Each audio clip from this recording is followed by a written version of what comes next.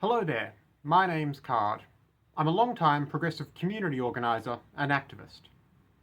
Recently on this YouTube page, I talked about why the reactionary incel worldview is not worth entertaining in the least, and how it's also so nonsensically incoherent it essentially can't be sustained as any sort of political position. I'll also link to the particular video where I did that at the top of the description if you're interested. But today, I wanted to address the other side of the incel problem, how most progressive voices respond to the issue. Because, while I think a lot of left-wingers are well-meaning and are attempting to, at the very least, explain the causes of this so-called crisis of alienated young men, I don't think most of my fellow progressives are on the right track on the issue. So today, I'd like to explain why I think that is, as well as what I think a better framing of the issue is, and how us lefties should respond to it. Everyone online understands already basically what an incel is, and everyone online with broadly left-wing sympathies is familiar with the explanation that as capitalism gets worse, the cost of living goes up, wages stagnate or effectively roll backwards, and it becomes harder for young adults to move out of their family homes or go out and socialise properly. You might also add on something about political polarisation and how the internet provides too easy of an alternative to going out and meeting people. This is a general idea among a lot of left-wing people, especially online left-wing commentators, and it's become a straightforward explanation for many as to why incels have become a thing as of late. I think it's perhaps just a natural human impulse to try and explain why social phenomena are the way they are. But this political diagnosis of the incel condition is both wrong and it does a disservice to the interests of progressive organising. This idea that incels are being created by Western society implies that it's a big problem that can't be avoided. But the reality is that actually most adults don't have a problem making friends or finding romantic partners. Or at the very least, they aren't running around shooting up sororities and nail salons when they can't. Most people are actually doing fine socially, despite worsening conditions under capitalism across the board.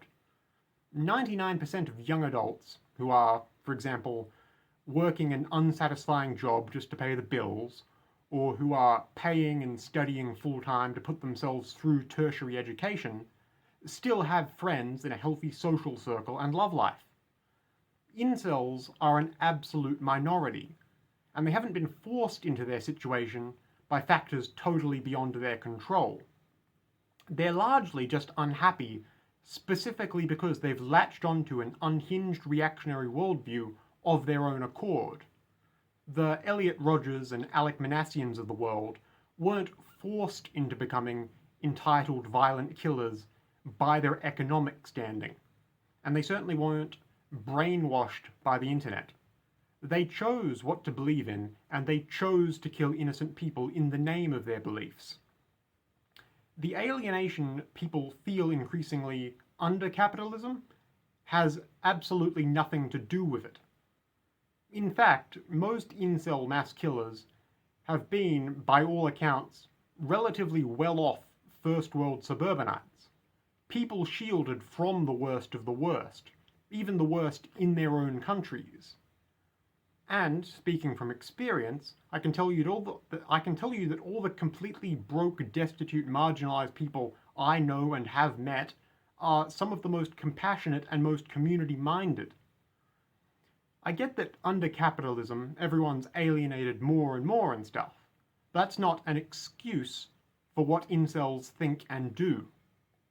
Furthermore, the myth that somehow most people, or even most young men, can't get dates or find romantic partners now is just wrong. Again, most normal people are actually fine, romance-wise.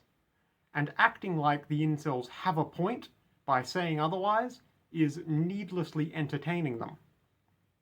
Dating hasn't suddenly gotten harder because of economic conditions. Incels just can't find a partner because they are fundamentally unpleasant people. The only thing that might have made it more difficult for those sorts of people to find a wife nowadays is the fact that women aren't as reliant on being all but owned by men today as they were 50, 60, 70 odd years ago. And that is an unambiguously good thing. Trying to explain away why incels are the way they are is almost to implicitly excuse it. Not only should you not be doing soft apologia for them, if you do think the time and effort you put into reaching these people is valuable, you should be using it to help people who are actually needing and deserving of your time and energy, not shut-in internet misogynists. Progressive organisers shouldn't be wasting any time on these people. So long as they continue to define themselves by a completely diseased worldview, we shouldn't be trying to get them on side.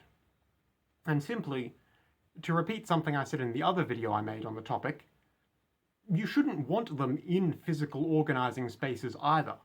They are literally a danger to those around them. We don't owe anyone our sympathy or our time trying to rehabilitate them kindly.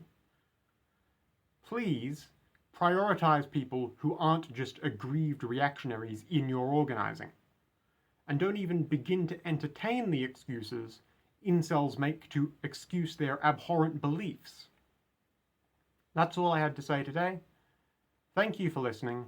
If you might want to hear more from me, feel free to subscribe to this YouTube page or take a look at my other videos. Either way, goodbye for now, and have a lovely day.